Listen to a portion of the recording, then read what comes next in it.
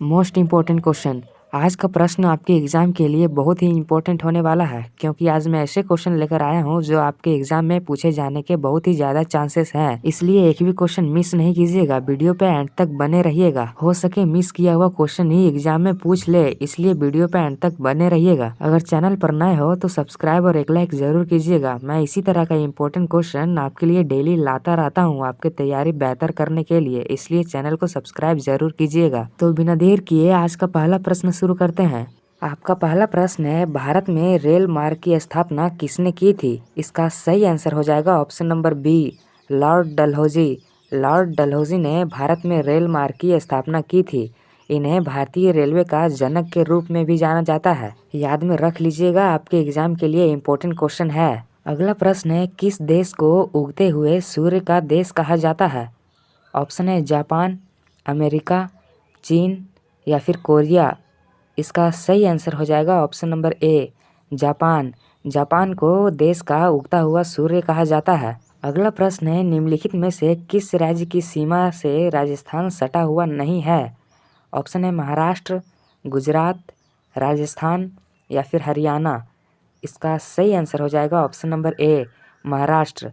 महाराष्ट्र से राजस्थान सटा हुआ नहीं है। अगला प्रश्न है, भारत के किस राज्य में पवित्र तीर्थ स्थल अमरनाथ स्थित है? ऑप्शन है उत्तरांचल, हिमाचल प्रदेश, सिक्किम या फिर जम्मू कश्मीर। इसका सही आंसर हो जाएगा option number D, Jammu Kashmir. Jammu Kashmir में पवित्र तीर्थ स्थल अमरनाथ स्थित है। अगला प्रश्न है, निम्नलिखित में से कौन सी एक रबी फसल नहीं है? ऑप्शन है गेहूँ, चना, सरसों या फिर चावल। इसका सही आंसर हो जाएगा ऑप्शन नंबर डी, चावल। चावल रबी फसल नहीं है। अगला प्रश्न है, विख्यात पर्यटन स्थल गुलमार्ग भारत के किस क्षेत्र में स्थित है? इसका सही आंसर हो जाएगा option number B, Kashmir. Kashmir में विख्यात पर्यटन स्थल गुलमर्ग स्थित है। अगला प्रश्न है, ऊष्मा की सबसे अच्छी चालक कौन सी धातु है? ऑप्शन है सोना, एल्युमिनियम, चांदी या फिर पीतल। इसका सही आंसर हो जाएगा ऑप्शन नंबर सी, चांदी।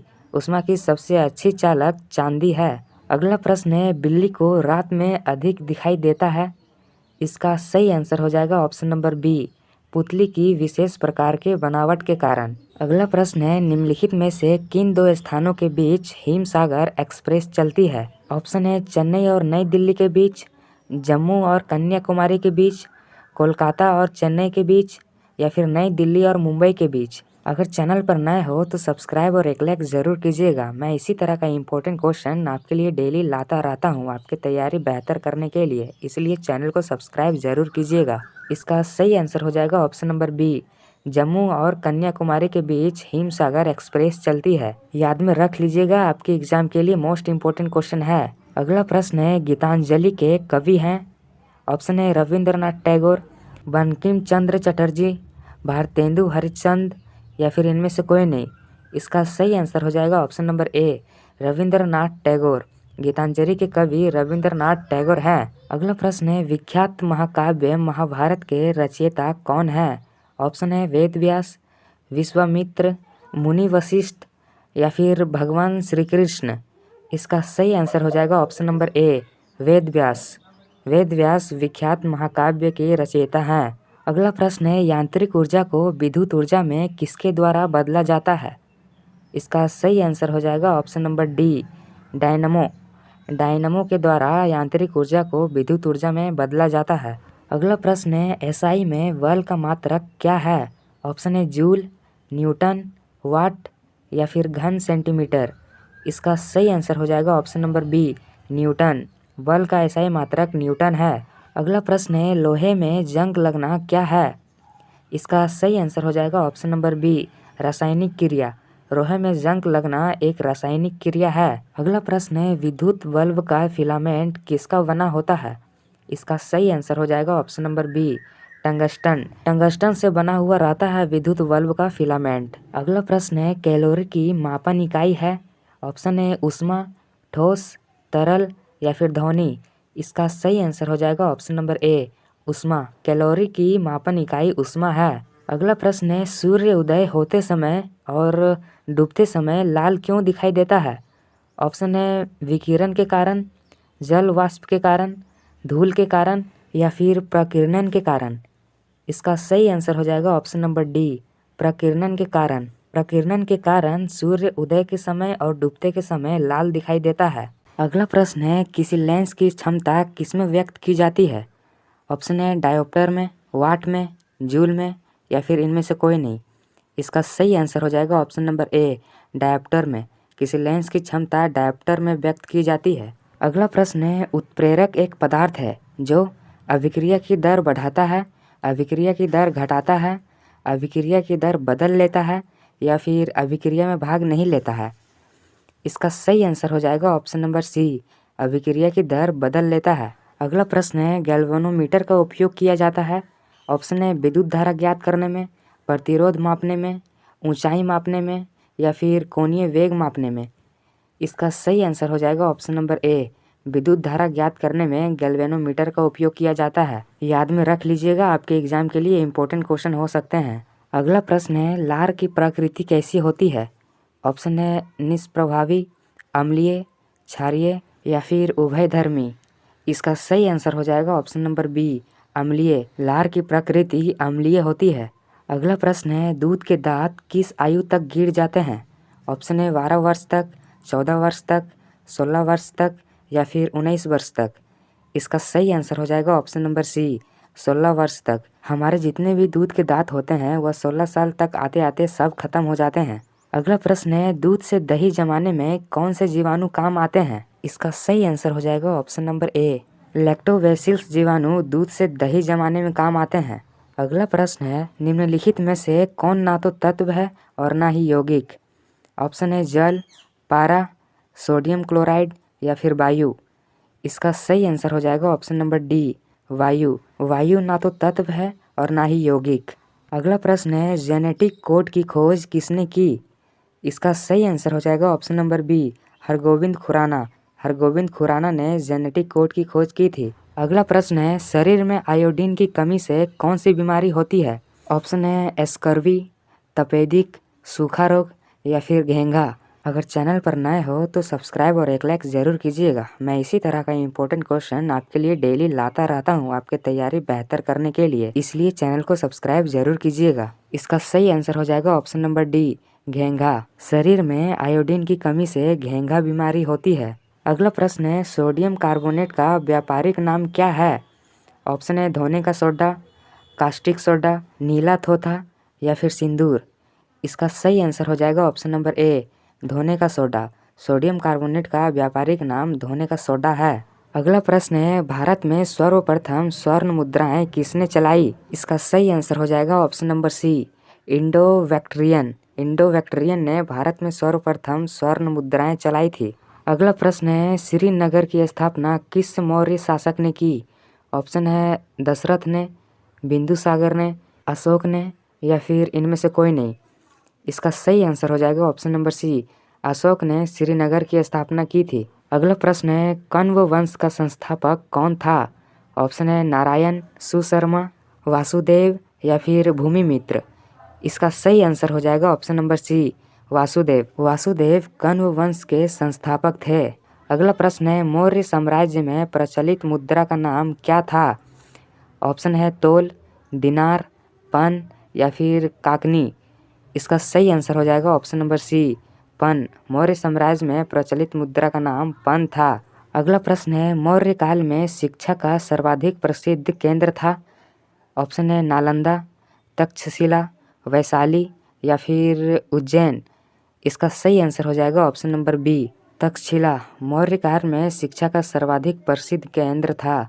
अगला प्रश्न है, सांची का स्तूप किसने बनवाया? ऑप्शन है गौतम बुद्ध ने, खरगोन ने, अशोक ने या फिर चंद्रगुप्त ने। इसका सही आंसर हो जाएगा ऑप्शन नंबर सी, अशोक ने। अशोक ने सांची का स्तूप बनवाया था। अगला प्रश्न है, महात्मा बुद्ध किस क्षेत्रीय कुल के थे? इसका सही आंसर हो जाएगा ऑप्शन नंबर सी, शाक्य। महात्मा बुद्ध शाक्य क्षेत्रीय कुल के थे। अगला प्रश्न है, मौर्य साम्राज्य की स्थापना किसने की? इसका सही आंसर हो जाएगा ऑप्शन नंबर ए, चंद्रगुप्त मौर्य ने की थी मौर्य साम्राज्य की स्थापना। अगला प्रश्न है, निम्नलिखित में से प्राचीनतम राजवंश कौन सा है?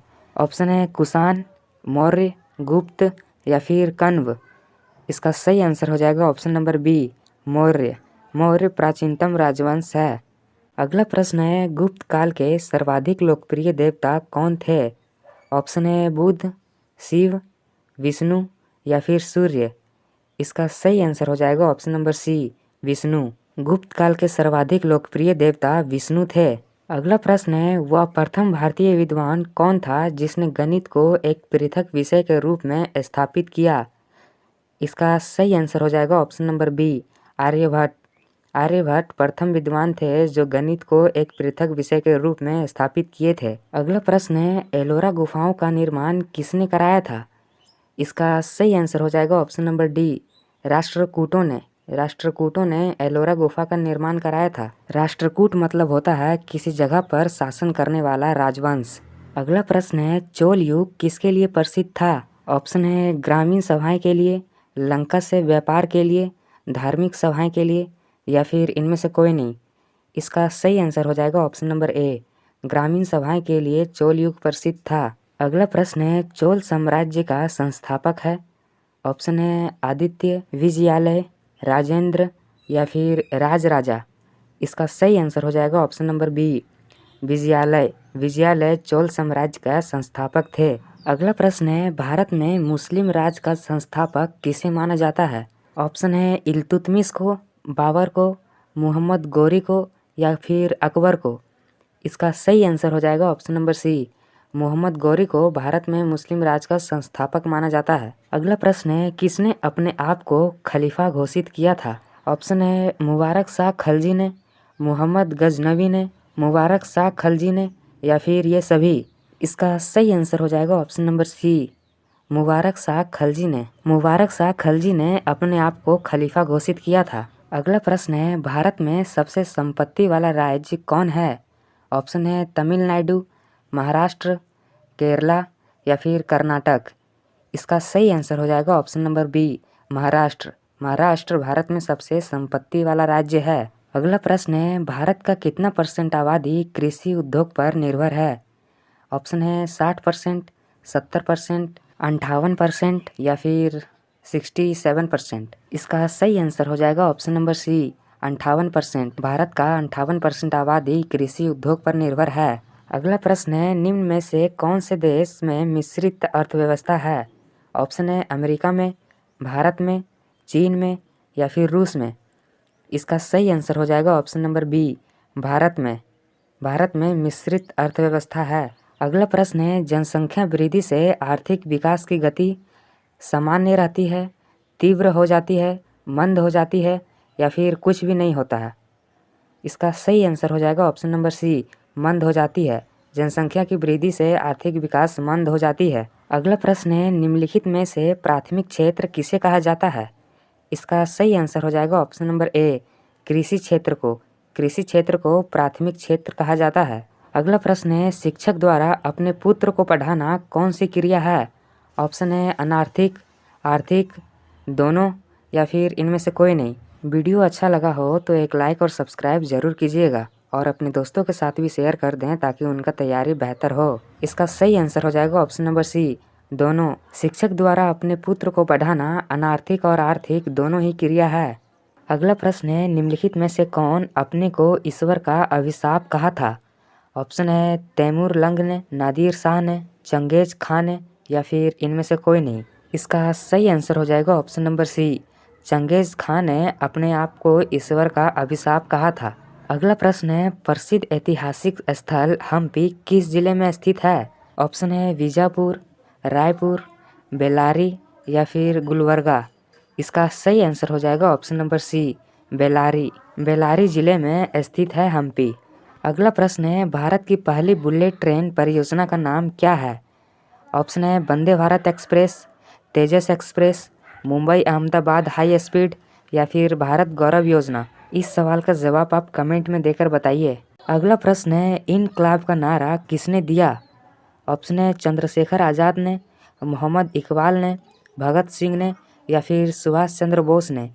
इसका सही आंसर हो जाएगा option number B, Mohammad Iqbal ने इनकलाब का नारा दिया था। अगला प्रश्न है, मुस्लिम लीग ने मुक्ति दिवस कब मनाया था?